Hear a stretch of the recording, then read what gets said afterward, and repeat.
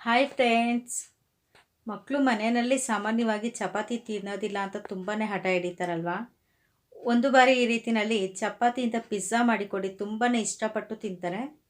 ಈಸಿಯಾಗೂ ಆಗುತ್ತೆ, ಬೇಗನೆ ಆಗುತ್ತೆ. ಬನ್ನಿ, ಈಗ ಇದಕ್ಕೆ ಏನೇನು ಸಾಮಗ್ರಿಗಳು ಬೇಕು ನೋಡ್ಕೊಳ್ಳೋಣ. ಈಗ ಇದಕ್ಕೆ ಮೊದಲಿಗೆ ಸುಮಾರು 2 ಕಪ್ನಷ್ಟು ಗೋಧಿ ಹಿಟ್ಟನ್ನು ಹಾಕ್ಕೊಳ್ಳೋಣ. ನೀವು ಮೈದಾ ಹಿಟ್ಟನ್ನು ಬೇಕಂದ್ರೂ ಹಾಕ್ಕೊಳ್ಬೋದು. ನಾವೀಗ ಗೋಧಿ ಹಿಟ್ಟಿಂದ ಮಾಡೋದನ್ನು ತೋರಿಸ್ಕೊಡ್ತಾ ಇದ್ವಿ. ಈಗ ಇದಕ್ಕೆ ರುಚಿಗೆ ತಕ್ಕಷ್ಟು ಪುಡಿ ಉಪ್ಪನ್ನು ಹಾಕ್ಕೊಳ್ಳೋಣ. ಮತ್ತು ಈಗ ಇದ್ರ ಜೊತೆಗೆ ಒಂದು 2ರಿಂದ 3 ಸ್ಪೂನಷ್ಟು ಎಣ್ಣೆಯನ್ನು ಹಾಕ್ಕೊಳ್ಳೋಣ. ಈಗ ಎಣ್ಣೆ, ಉಪ್ಪು ಮತ್ತು ಗೋಧಿ ಹಿಟ್ಟು ಇದಿಷ್ಟು ಕೂಡ ಚೆನ್ನಾಗಿ ಮಿಕ್ಸ್ ಮಾಡ್ಕೊಳ್ಬೇಕಾಗತ್ತೆ ಈ ರೀತಿಯಲ್ಲಿ. ಈಗ ಇದೆಲ್ಲ ಚೆನ್ನಾಗಿ ಮಿಕ್ಸ್ ಆದಮೇಲೆ ಚಪಾತಿ ಹಿಟ್ಟಿನ ಹದಕ್ಕೆ ಕಲಿಸ್ಕೊಳ್ಬೇಕಾಗತ್ತೆ. ನೋಡಿ, ಈ ರೀತಿಯಲ್ಲಿ ಚಪಾತಿ ಹಿಟ್ಟಿನ ಹದಕ್ಕೆ ಕಲಿಸ್ಕೊಳ್ಳೋಣ. ತುಂಬ ತೆಳುವಾಗೂ ಇರಬಾರ್ದು, ತುಂಬ ಗಟ್ಟಿಯಾಗೂ ಇರಬಾರ್ದು, ಈ ರೀತಿಯಲ್ಲಿದ್ದರೆ ಸಾಕು. ಈಗ ಇದಕ್ಕೆ ಮೇಲೆ ಭಾಗಕ್ಕೆ ಒಂದು ಸ್ವಲ್ಪ ಎಣ್ಣೆನ ಹಾಕಿಬಿಟ್ಟು ಸುತ್ತಲೂ ಕೂಡ ಸೌರಿ ಇಟ್ಬಿಟ್ಟು ಒಂದು 5 ನಿಮಿಷ ನೆನೆಯೋದಕ್ಕೆ ಬಿಡೋಣ.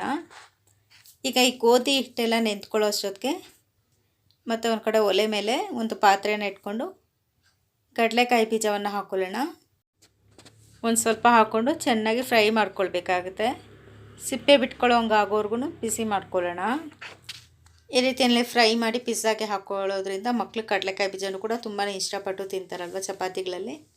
ಅದಕ್ಕೋಸ್ಕರ ಈಗ ಇದನ್ನು ಈ ರೀತಿಯಲ್ಲಿ ಸಿಪ್ಪೆಯನ್ನೆಲ್ಲ ತೆಗೆದಿಟ್ಕೊಳ್ಬೇಕಾಗತ್ತೆ. ಮತ್ತು ಇನ್ನೊಂದು ಕಡೆ ಅದೇ ಬಾಣಲಿಗೆ ಒಂದು ಸ್ವಲ್ಪ ಎಳ್ಳನ್ನು ಹಾಕ್ಕೊಳ್ಳೋಣ, ಬಿಳಿ ಎಳ್ಳು.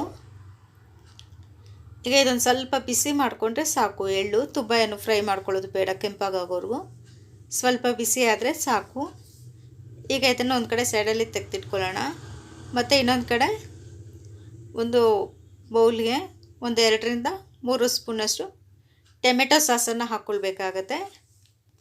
ಈಗ ಟೊಮೆಟೊ ಸಾಸಿನ ಜೊತೆಗೇ ರೆಡ್ ಚಿಲ್ಲಿ ಪೇಸ್ಟನ್ನು ಹಾಕ್ಕೊಳ್ಬೇಕಾಗತ್ತೆ. ರೆಡ್ ಚಿಲ್ಲಿ ಪೇಸ್ಟ್ ಬಂದು ಒಂದು ಅರ್ಧ ಸ್ಪೂನ್ ಹಾಕ್ಕೊಂಡ್ರೆ ಸಾಕು. ಅಕಸ್ಮಾತ್ ನಿಮಗೇನಾದ್ರು ಖಾರ ಸ್ವಲ್ಪ ಜಾಸ್ತಿ ಬೇಕು ಅಂತ ಅನ್ಸಿದ್ರೆ ಇನ್ನು ಸ್ವಲ್ಪ ಜಾಸ್ತಿನೂ ಕೂಡ ಹಾಕ್ಕೊಳ್ಬೋದು. ಅಕಸ್ಮಾತ್ ನಿಮ್ಮಲ್ಲಿ ರೆಡ್ ಚಿಲ್ಲಿ ಪೇಸ್ಟ್ ಇಲ್ಲ ಅಂತಂದರೆ ರೆಡ್ ಚಿಲ್ಲಿ ಪೌಡರನ್ನು ಕೂಡ ಉಪಯೋಗಿಸ್ಕೊಳ್ಬೋದು.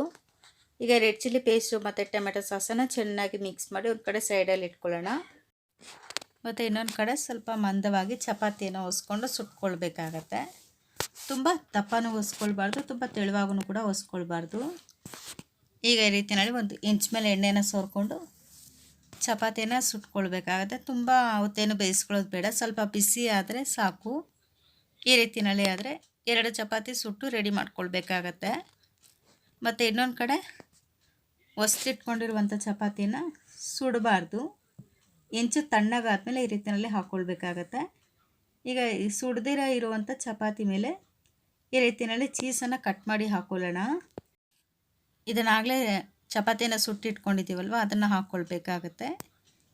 ಈಗ ಅದರ ಮೇಲೆಗಡೆ ರೆಡ್ ಚಿಲ್ಲಿ ಪೇಸ್ಟು ಮತ್ತು ಟೊಮೆಟೊ ಸಾಸನ್ನು ಹಾಕ್ಕೊಂಡು ಕಲಸಿಟ್ಕೊಂಡಿದ್ದೀವಲ್ವ, ಅದನ್ನು ಈ ರೀತಿಯಲ್ಲಿ ಹಾಕ್ಕೊಂಡು ಸುತ್ತಲೂ ಕೂಡ ಬರುವ ಹಾಗೆ ಈ ರೀತಿಯಲ್ಲಿ ಸ್ಪ್ರೆಡ್ ಮಾಡ್ಕೊಳ್ತಾ ಹೋಗಬೇಕಾಗತ್ತೆ. ಎಲ್ಲ ಕಡೆಯೂ ಬರುವ ಹಾಗೆ ಹಾಕ್ಕೊಳ್ಬೇಕು. ಅಕಸ್ಮಾತ್ ನಿಮ್ಗೇನಾದ್ರು ಸಾಸ್ ಜಾಸ್ತಿ ಬೇಕು ಅಂತ ಅನ್ಸಿದ್ರೆ ಇನ್ನು ಸ್ವಲ್ಪ ಹಾಕ್ಕೊಳ್ಬೋದು. ಮತ್ತು ಈಗ ಇದ್ರ ಮೇಲೆ ಒಂದು ಚೀಸನ್ನು ಈ ರೀತಿಯಲ್ಲಿ ಕಟ್ ಮಾಡಿ ಹಾಕ್ಕೊಳ್ಬೇಕಾಗತ್ತೆ. ಅಕಸ್ಮಾತ್ ನೀವು ಕಟರಿಂದನೂ ಕೂಡ ಕಟ್ ಮಾಡಿ ಹಾಕ್ಕೊಳ್ಬೋದು, ಅಥವಾ ಈ ರೀತಿಯಲ್ಲಿ ಕೈಯಲ್ಲಿ ಕೂಡ ಕಟ್ ಮಾಡಿ ಹಾಕ್ಕೊಳ್ಬೋದು. ಈಗ ಇದ್ರ ಮೇಲೆ ಒಂದು ಸ್ವಲ್ಪ ಹುರಿದು ಸಿಪ್ಪೆ ತೆಗೆದಿಟ್ಕೊಂಡಿರುವಂಥ ಕಡಲೆಕಾಯಿ ಬೀಜವನ್ನು ಹಾಕ್ಕೊಳ್ಳೋಣ. ನೋಡಿ, ಈ ರೀತಿಯಲ್ಲಿ ಈ ಕಡಲೆಕಾಯಿ ಬೀಜ ಎಲ್ಲ ಕಡೆಯೂ ಬರುವ ಹಾಗೆ ಹಾಕ್ಕೊಳ್ಬೋದು. ನಿಮಗಿನ್ನ ಜಾಸ್ತಿ ಬೇಕು ಅಂತ ಅನ್ಸಿದ್ರೆ ಇನ್ನೂ ಸ್ವಲ್ಪನೂ ಕೂಡ ಹಾಕ್ಕೊಳ್ಬೋದು. ನೋಡಿ, ಈ ರೀತಿಯಲ್ಲಿ ಎಷ್ಟು ಕಲರ್ಫುಲ್ಲಾಗಿ ಬರ್ತಾ ಇದೆ. ಈಗ ಇದಕ್ಕೆ ಸ್ವಲ್ಪ ಬಟ್ಟಲಿನ ಆಕಾರದಲ್ಲಿ ಕಟ್ ಮಾಡಿ ಇಟ್ಕೊಂಡಿರೋಂಥ ಈರುಳ್ಳಿಯನ್ನು ಹಾಕ್ಕೊಳ್ಳೋಣ. ಈ ಈರುಳ್ಳಿ ಬೇಗ ಬೇಯೋದ್ರಿಂದ ನಿಮ್ಗೆ ಎಷ್ಟು ಬೇಕೋ ಅಷ್ಟು ಇಟ್ಕೊಳ್ಬೋದು. ಈರುಳ್ಳಿ ಜಾಸ್ತಿ ಇಷ್ಟಪಡೋರು ಜಾಸ್ತಿಯನ್ನು ಕೂಡ ಹಾಕ್ಕೊಳ್ಬೋದು.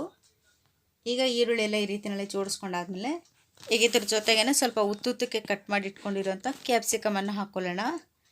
ಕ್ಯಾಪ್ಸಿಕಮ್ ಎಲ್ರಿಗೂ ತುಂಬಾ ಇಷ್ಟ ಆಗುತ್ತಲ್ವ, ಅದನ್ನು ಕೂಡ ನಿಮ್ಗೆ ಇಷ್ಟ ಎಷ್ಟು ಬೇಕೋ ಅಷ್ಟು ಹಾಕ್ಕೊಳ್ಬೋದು. ಈಗ ಇದನ್ನೆಲ್ಲ ಈ ರೀತಿಯಲ್ಲಿ ಜೋಡಿಸ್ಕೊಂಡಾದ್ಮೇಲೆ ಈಗ ಇದ್ರ ಜೊತೆಗೇ ಉದ್ದುದ್ದಕ್ಕೆ ಕಟ್ ಮಾಡಿ ಇಟ್ಕೊಂಡಿರೋಂಥ ಟೊಮೆಟೊ ಹಣ್ಣನ್ನು ಇಟ್ಕೊಳ್ಳೋಣ. ಇದಕ್ಕೆ ನಿಮಗೆ ಯಾವುದೇ ತರಹದ ವೆಜಿಟೇಬಲ್ನು ಕೂಡ ಆ್ಯಡ್ ಮಾಡ್ಕೊಳ್ಬೋದು. ನೋಡಿ, ಈಗ ಇದೆಲ್ಲ ರೆಡಿಯಾಗಿದೆ.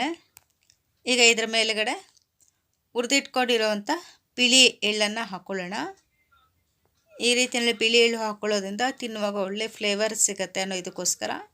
ಈಗ ಇದೆಲ್ಲ ಹಾಕೊಂಡ್ಮೇಲೆ ಲಾಸ್ಟಿಗೆ ಒಂದು ಮಿಕ್ಸಿಂಗ್ ಬೌಲ್ಗೆ ಪೇಪರ್ ಪೌಡರನ್ನು ಹಾಕೊಳ್ಳೋಣ ಒಂದು ಸ್ವಲ್ಪ, ಮತ್ತು ಅದ್ರ ಜೊತೆಗೆ ರುಚಿಗೆ ತಕ್ಕಷ್ಟು ಪುಡಿ ಉಪ್ಪನ್ನು ಹಾಕ್ಕೊಂಡು ಈ ರೀತಿಯಲ್ಲಿ ಚೆನ್ನಾಗಿ ಮಿಕ್ಸ್ ಮಾಡ್ಕೊಳ್ಬೇಕಾಗತ್ತೆ.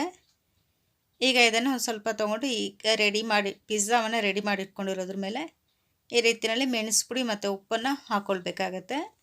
ಏಕೆಂದರೆ ಈ ವೆಜಿಟೇಬಲ್ಗೂ ಕೂಡ ಉಪ್ಪು ಮೆಣಸೆಲ್ಲ ಚೆನ್ನಾಗಿ ಇಟ್ಕೊಳ್ಳುತ್ತೆ ಅನ್ನೋ ಇದಕ್ಕೋಸ್ಕರ. ಮತ್ತು ಈಗ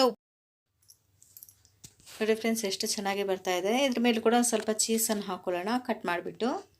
ನಿಮ್ಗೆ ಎಷ್ಟು ಬೇಕೋ ಅಷ್ಟು ನೋಡಿಕೊಂಡು ಹಾಕ್ಕೊಂಡ್ರೆ ಒಳ್ಳೆಯದು.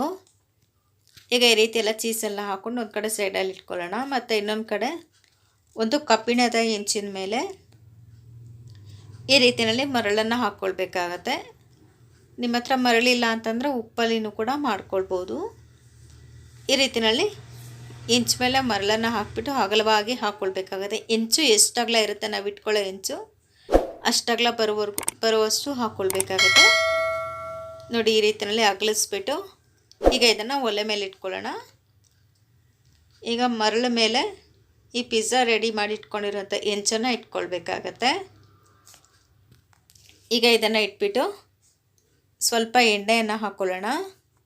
1-2 ರಿಂದ 3 ಸ್ಪೂನಷ್ಟು ಹಾಕ್ಕೊಂಡ್ರೆ ಸಾಕು. ಸೈಡಲ್ಲಿ ಮಾತ್ರ ಹಾಕ್ಕೊಳ್ಬೇಕಾಗತ್ತೆ. ಈಗ ಇದನ್ನು ಹಾಕಿಬಿಟ್ಟು ಒಂದು ತಟ್ಟೆಯನ್ನು ಮುಚ್ಚಿ 5 ರಿಂದ 10 ನಿಮಿಷದವರೆಗೂ ಮೀಡಿಯಮ್ ಊರಿನಲ್ಲಿ, ಅಂದರೆ ಆದಷ್ಟು ಕಡಿಮೆ ಊರಿನಲ್ಲಿ ಬೇಯಿಸ್ಕೊಳ್ಬೇಕಾಗತ್ತೆ.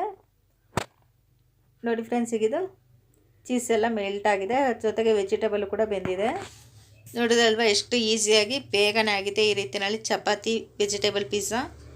ನೀವು ಕೂಡ ಈಸಿಯಾಗಿ ಟ್ರೈ ಮಾಡಿ, ಎಲ್ರಿಗೂ ತುಂಬಾ ಇಷ್ಟ ಆಗುತ್ತೆ. ಮಕ್ಕಳಿಗಂತೂ ಕೇಳಿ ಮಾಡಿಸ್ಕೊಂಡು ತಿಂತಾರೆ, ಅಷ್ಟು ಚೆನ್ನಾಗಿ ಬರುತ್ತೆ. ಕೆಳಭಾಗದಲ್ಲಿನೂ ಕೂಡ ಗರಿಗರಿಯಾಗಿದೆ. ಇದರ ಜೊತೆಗೇ ನಮ್ಮ ಹಿಂದಿನ ವಿಡಿಯೋಗಳಲ್ಲಿ ಸ್ನ್ಯಾಕ್ಸ್ ಐಟಮ್ಸ್ ಇರ್ಬೋದು, ಅಥವಾ ಪೌಡರ್ಸ್ಗಳಿರ್ಬೋದು, ಮಸಾಲ ಪೌಡರ್ಸ್ಗಳಿರ್ಬೋದು, ಗರಂ ಮಸಾಲ ಪೌಡರ್ಸು, ಅಥವಾ ಸಾಂಬಾರು ಪುಡಿ, ಮತ್ತು ರೈಸ್ ಐಟಮ್ಸು ಸುಮಾರು ವಿಡಿಯೋಗಳಿದ್ದಾವೆ. ಅವುಗಳನ್ನು ಕೂಡ ನೋಡಿ ನಮ್ಮ ಚಾನಲ್ಗೆ ಲೈಕ್ ಮಾಡಿ, ಕಮೆಂಟ್ಸ್ ಮಾಡಿ, ದಯವಿಟ್ಟು ಸಬ್ಸ್ಕ್ರೈಬ್ ಮಾಡಿ. Thank you friends.